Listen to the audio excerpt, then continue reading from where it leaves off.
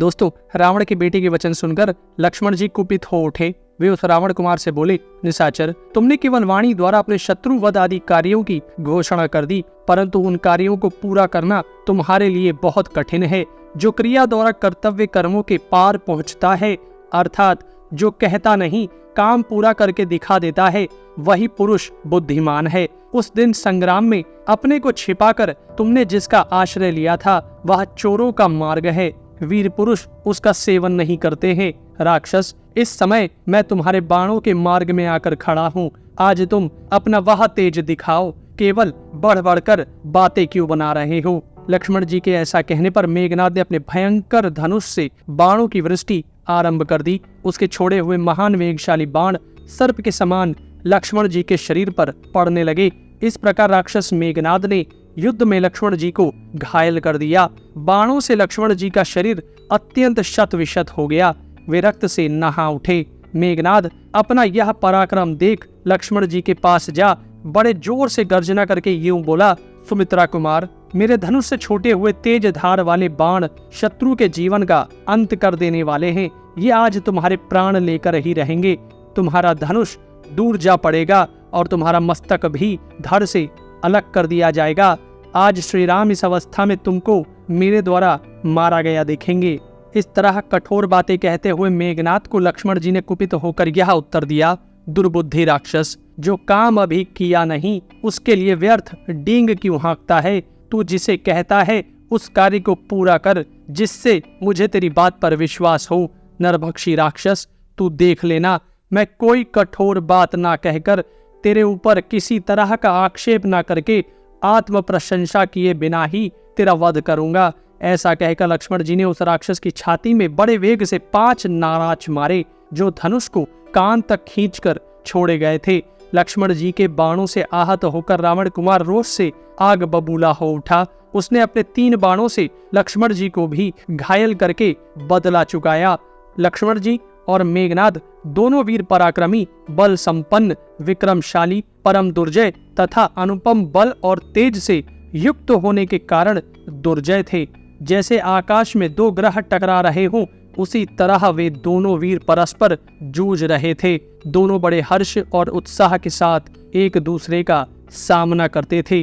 तदनंतर लक्ष्मण जी ने कुपित होकर अपने धनुष पर अनेक बाण रखे और उन सबको राक्षस मेघनाद पर चलाया। उनके धनुष की डोरी से प्रकट होने वाली टनकार ध्वनि सुनकर राक्षस मेघनाद का मुंह उदास हो गया और वह चुपचाप लक्ष्मण जी की ओर देखने लगा।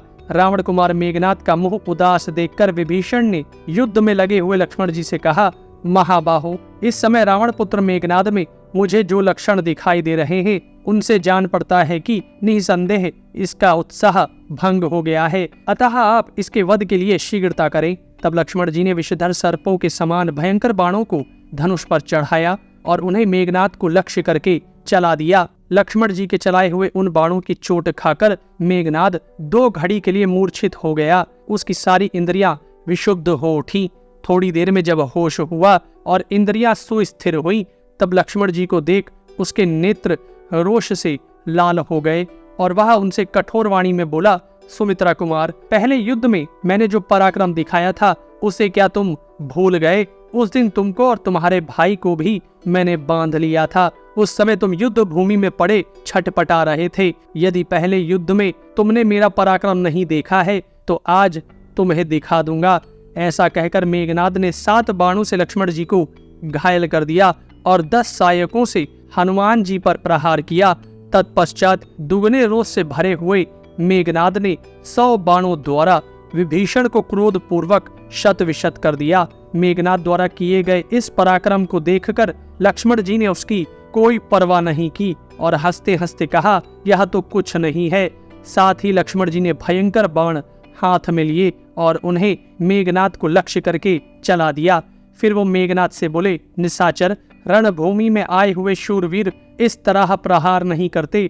तुम्हारे ये बाण बहुत हल्के और कमजोर हैं, इनसे कष्ट नहीं होता, सुख ही मिलता है। ऐसा कहते हुए लक्ष्मण जी ने उस राक्षस पर बाणों की वर्षा आरंभ कर दी। लक्ष्मण जी के बाणों से मेघनाद का कवच टूटकर रथ की बैठक में बिखर गया, मानो आकाश से तारवों का समूह टूटकर गिर पड़ा हो। कवच कट जाने पर नाराजों के प्रहार से इंद्रजीत के सारे अंगों में घाव हो गए।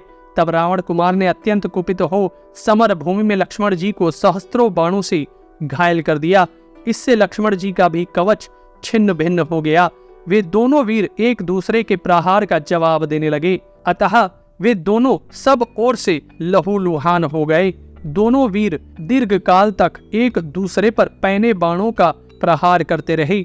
दोनों ही युद्ध कला में निपुण थे। दोनों भयंकर पराक्रम प्रकट करते थे और अपनी अपनी विजय के लिए प्रयत्नशील थे।